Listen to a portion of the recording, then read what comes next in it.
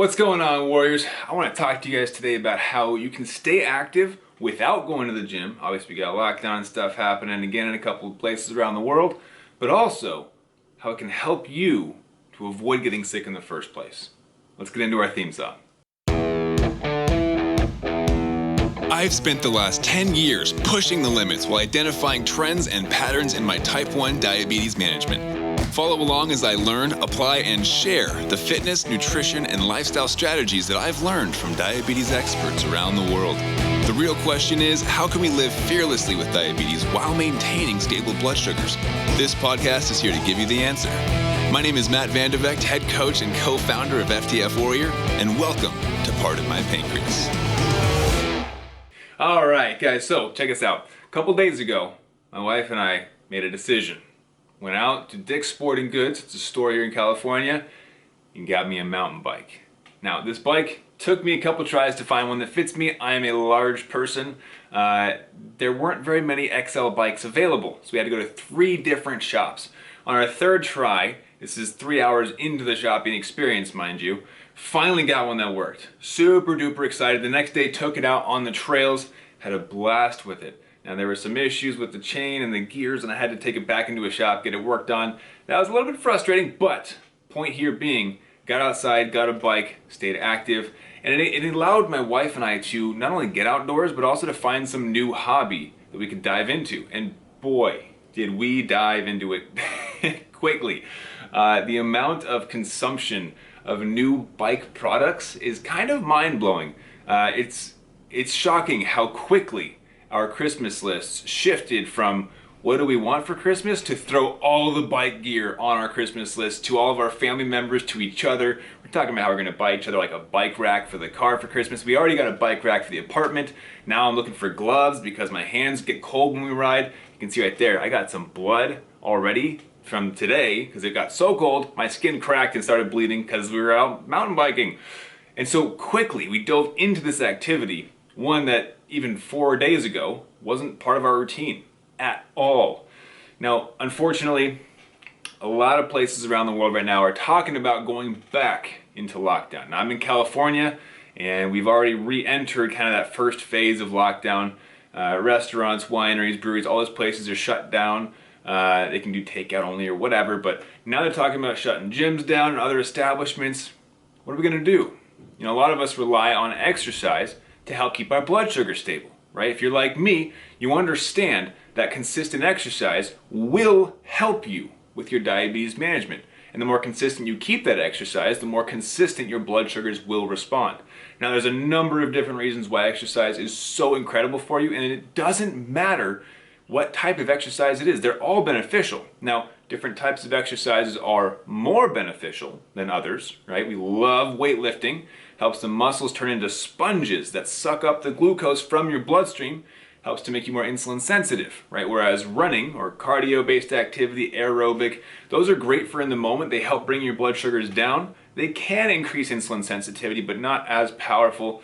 Now, we're not gonna get too deep into that lesson right now. We've done that a couple times in the past, so you can go find those previous episodes on exercise and diabetes. But what I wanna chat about today is A, how you can still exercise even if you don't have the gym, and B, why that's so good for you as a diabetic, like myself, as someone who's trying not to get sick, right? So first off, how can you stay active? Well, prime example, what I just gave you. We went out and got me a bike. My wife already had a bike, and it was my turn to grab a new bike, so we went out, got a bike. The next day, went for a bike ride. Guess what? It was fun. It helped relieve stress. It got me outside. So nice and peaceful, nice break from my work. It improved insulin sensitivity. It brought my blood sugars down quite a few points. Tons of benefits on day one. But how does it help us not get sick? Right? You're like, Matt, cool, you had a fun bike ride. What does that mean for sickness? Well, a couple things, and I want to get into the meat of it. In fact, I did a quick Google search. I'm going to share that with you in a moment. But helping you to not get sick, right? First of all, controlling your blood sugars, believe it or not, is a step in the right direction for avoiding sickness. 2, decreases your stress levels. Did you know if you're extra stressed out, that's putting stress, literally, on your immune system, on your body's functionality, on your mind, on all sorts of things. Stress, believe it or not, is at the core source of many of your problems. It could be your back pain, your neck pain, lower energy levels. Stress has an effect on a lot of areas of life. But I wanted to pull this Google search up that I did to show you how easy it is to find information on the benefits of movement. And again, this is not gym workouts, okay? This is mountain biking, hiking, even going for a walk around your neighborhood. You can get creative with this, but even the basics are still gonna help. Now check this out, this quick Google search literally looked up exercise and immunity. Ready? Number 1, physical activity may help flush bacteria out of the lungs and airways. Number 2, exercise causes change in antibodies and white blood cells.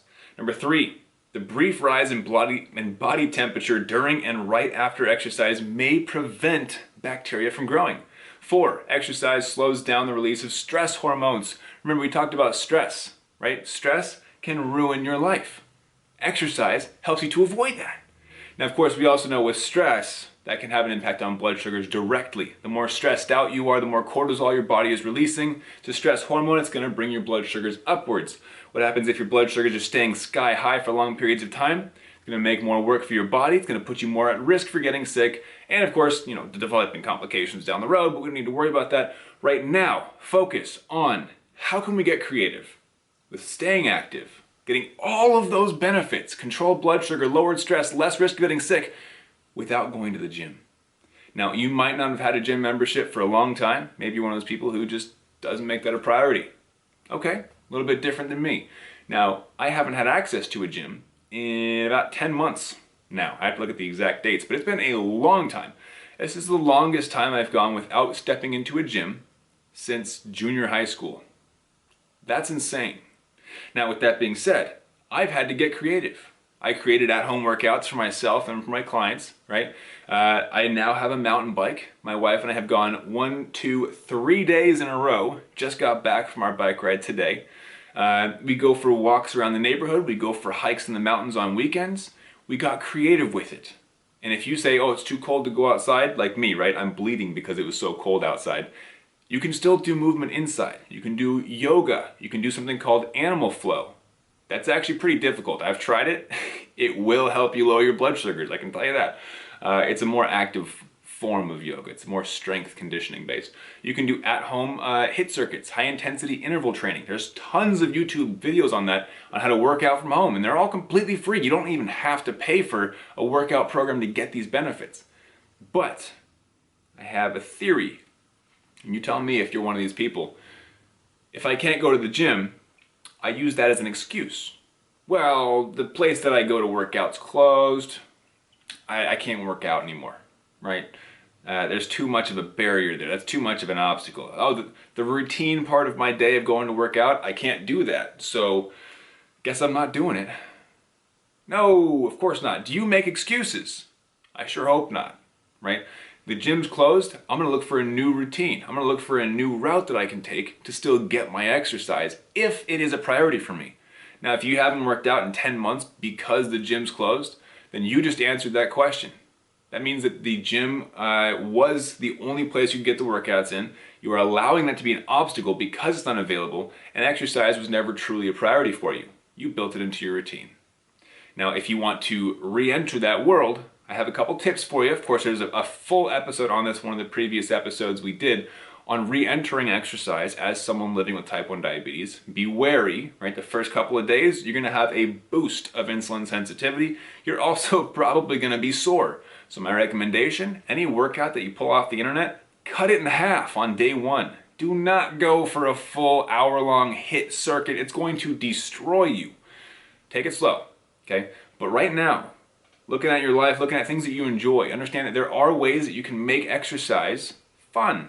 It doesn't have to be going to the gym, especially for those of you who don't like going to the gym. You can find new routes, new routines, new schedules, right? Maybe you start your day off with a walk down the street with your family or your significant other, or maybe it's by yourself. Like me, I like to put a podcast in my ears, listen to my mentors talking or try and learn something new, and I just take off walking around the neighborhood. But find a way to include movement in your daily routine. I know that we don't have to use the word exercise, right? I use movement because movement is what we're after here. Now, exercise, workouts, going to the gym, those are faster, right? Better results. but the core concept here is move. For me, it's get outside. It helps my mindset. Helps me to take a moment to enjoy my day. Enjoy God's creation. Get outside. Step on some dirt. For me, that's a lot. That helps me to de-stress, and I like it a lot. The less stressed you are, the less at risk you are for getting sick, the less blood sugar spike you'll see from any stress you had in your life. If you can remain peaceful and kind of learn these new strategies for de-stressing, you'll also, over time, decrease fatigue, decrease neck, back pain, decrease all sorts of stuff in your life that you just don't want to deal with, okay?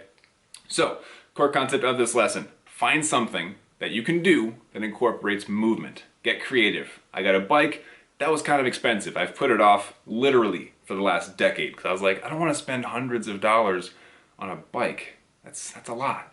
But ultimately, I had to take myself a step back and say, Matt, a couple $100 for your happiness, for your health? Come on, get over it. So I did. We went out and got a bike and it's been amazing. Now you can talk about money blocks and all that kind of stuff on a different episode maybe, but there's a lot of times that we don't want to spend money on ourselves because it feels selfish, right? We don't want to put out the investment into a bike, into a gym membership, into a program because it feels selfish. We want to see things happen in front of us and we want to make sure we're helping other people. At least that's a block that I've had in the past. So if that's blocking you right now, I want to give you permission to step over that block, push it aside, get something nice for yourself. Encourage movement in your life and find someone to keep you accountable. For me, it's my wife. She's been on those bike rides with me every single day, 3 days in a row now. Now she's going to be at work the next 3 days in the clinic, so I'm not going to be able to have her along. It's going to be up to me to keep myself accountable to go on a bike ride, and I'm definitely going to. It's going to be a lot of fun. But think about how you can get creative to include movement in your daily routine. Improve blood sugars, decrease stress, decrease your risk of getting sick, improve your immune system. As I showed you guys, that quick Google search, exercise literally improves your immune system.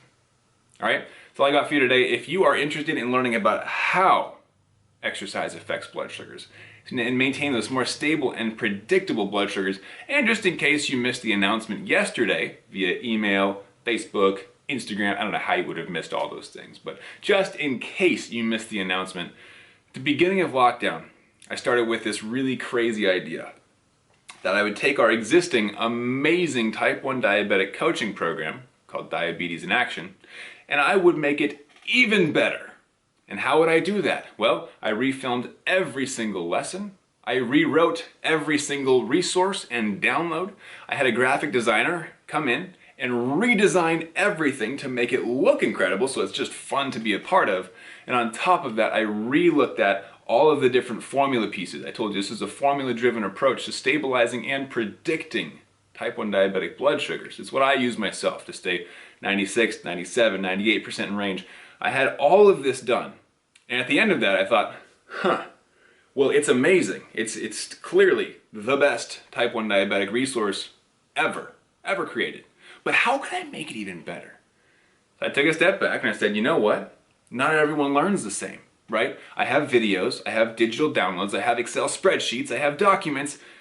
But what if, hear me out, what if I wrote a book just for the program so that everyone who comes to the program not only gets this cool book that's literally not available anywhere else, but it walks them through the entire process and a playbook, page by page by page, shows them the exact steps they need to take in order to maintain tight control over their diabetes so that their diabetes no longer controls them. In order to give them those stable and predictable blood sugars in a really cool looking book. I said, all right. So I spent the last 6 months putting together this incredible resource, a physical book that has been published, copyrighted, you name it, the whole thing. And it's just for my clients. But, this is what you're looking at, right? If you're watching this video, this is it. This is the Diabetes in Action Playbook. And it's amazing. It's wicked awesome. But, like I said, it's only for my clients. It's not available to the public. But what I did do is I took the core concepts in this book and I put them into a video training that I did release to the public. If you want to check it out, I highly encourage you to go watch it. It's pretty short. It's about 30 to 40 minutes. It is just pure gold concepts so you can get the nitty-gritty and learn how I discovered the 80/20 blood sugar formula. I want you to go check that out right now at diabetesinaction.com. Grab a notepad, take some notes down, see how you can apply it to your own life. All right? So go check out diabetesinaction.com. I'll see you there. Keep up the fight.